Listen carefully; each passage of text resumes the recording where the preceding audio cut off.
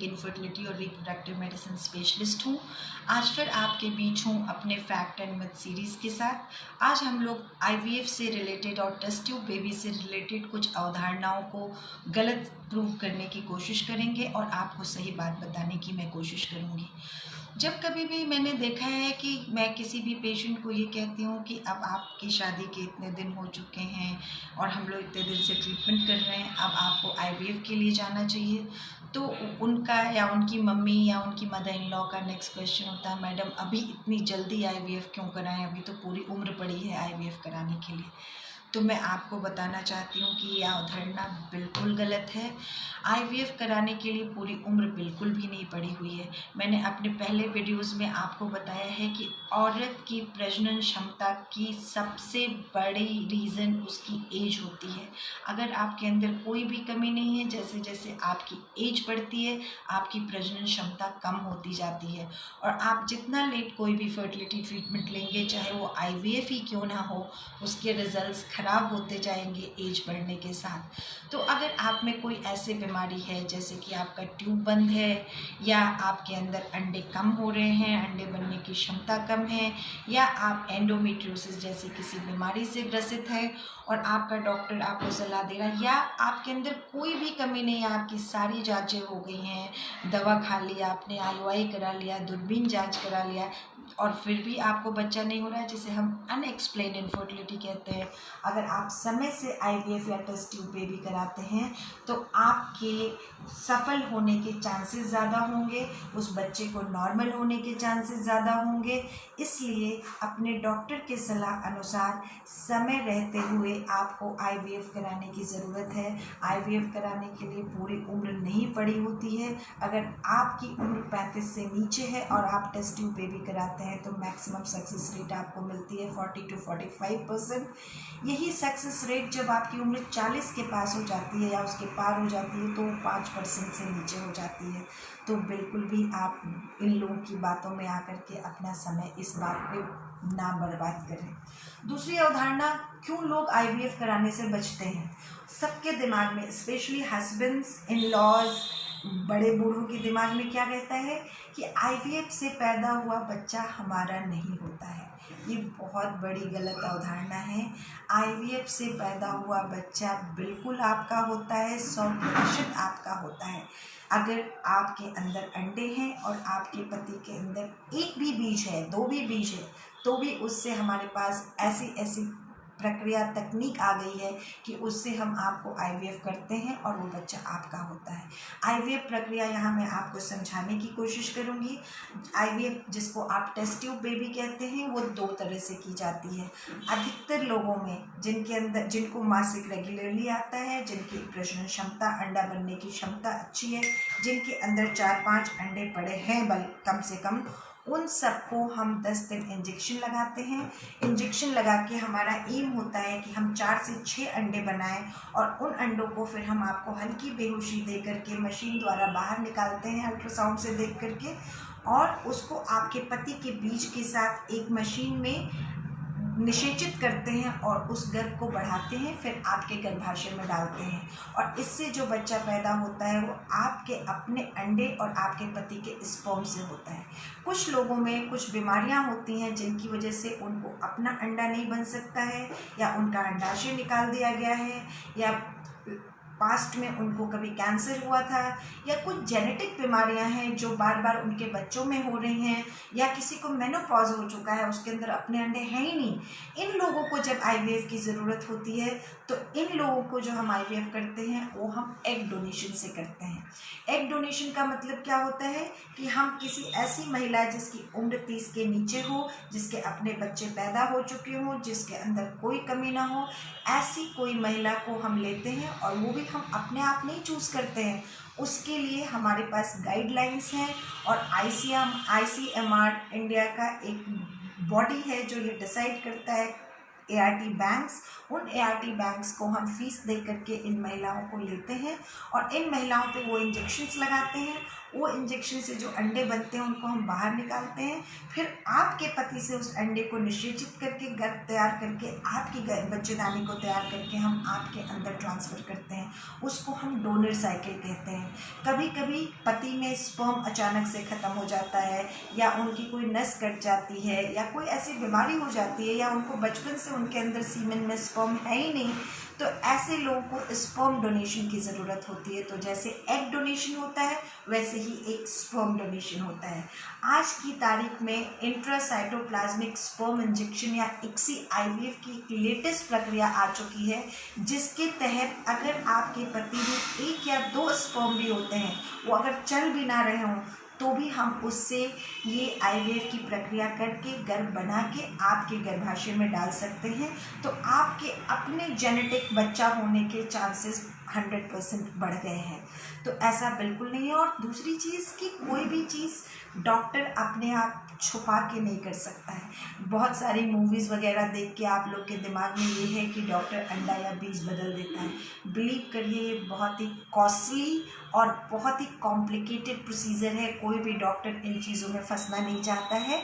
और जब कभी भी ऐसा होता है, अगर आपको एग डोनेशन या स्पर्म डोनेशन की ज़रूरत होती है, हम आपको बैठा करके एक काउंसलर के साथ, और डॉक्टर खुद आपको पूरा काउंसल करता है, समझाता है। और जब आप रेडी होते हैं तो बहुत सारे 10-15 पन्ने का फॉर्म भरवाते हैं। वो सारे फॉर्म्स फिर हमको ICMR को भेजने होते हैं, रिकॉर्ड मेंटेन करना होता है। ये सारी प्रक्रियाएं करने के बाद और फिर हमें पैसे दे के ART बैंक से आपके लिए लेना होता है एग डोनर।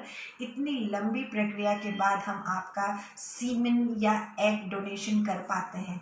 तो ये बिल्कुल गलत अवधारणा है कि IVF द्वारा पैदा हुआ बच्चा आपका नहीं होता है। ऐसा बिल्कुल नहीं होता है। अपने फर्टिलिटी डॉक्टर पे भरोसा कीजिए।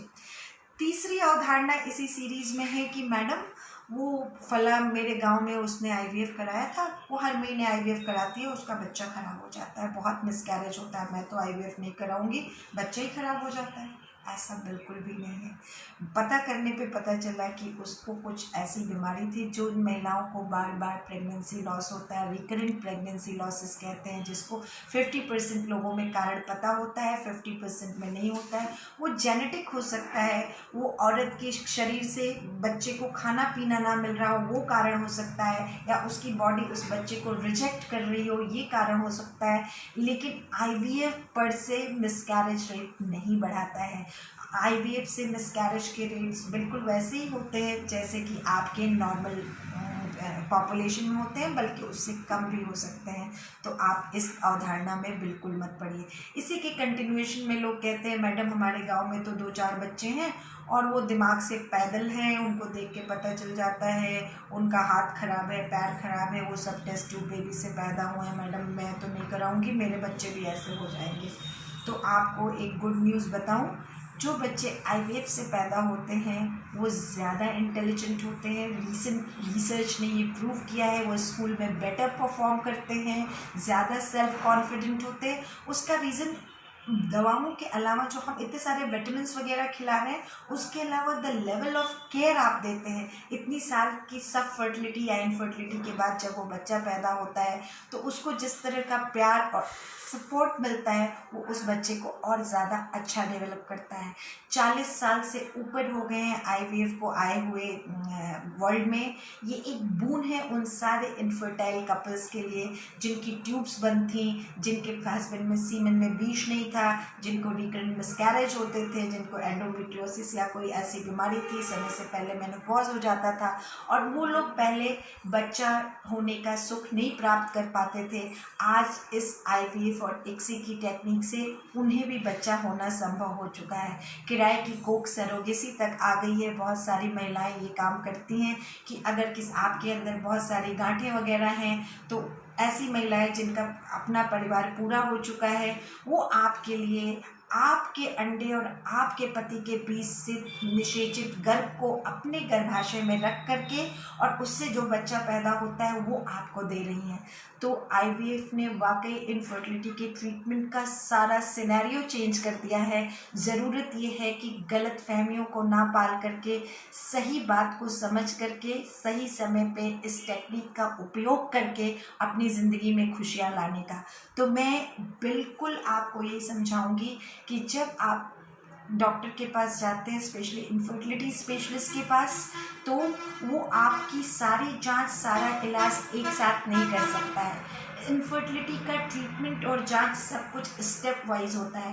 पहले हम आपकी अंडा बनने की क्षमता, ट्यूब की जांच, आपके पति में सीमेन की जांच करते हैं। ये सब कुछ ठीक रहता है तो हम कुछ दिन आपको साथ रहने की सलाह देते हैं या हम आपको दवाएं देते हैं बच्चा रुकने के लिए। अगर उससे बच्चा नहीं रुकता है तो हम नेक्स्ट स्टेप की जांचें करते हैं या आपका IUI करते हैं। उससे भी नहीं रुकता है तब हम सोचते हैं कहीं कुछ और तो गड़बड़ नहीं है, तो हम आपका लैप्रोस्कोपी या दूरबीन जांच करते हैं और आपके अंदर उन चीज़ों को देखने की कोशिश करते हैं जो ऊपर से दिखाई नहीं पड़ रही हैं। और जब ये सारी प्रक्रियाएं फेल हो जाती हैं तब हम उसको लेवल करते हैं कि ये अनएक्सप्लेन इनफर्टिलिटी है, कारण तो है लेकिन हम उसको पकड़ नहीं पा रहे हैं और उसका बेस्ट ट्रीटमेंट IVF होता है। और समय रहते कराए हुए IVF से ही अच्छे रिजल्ट मिलते हैं।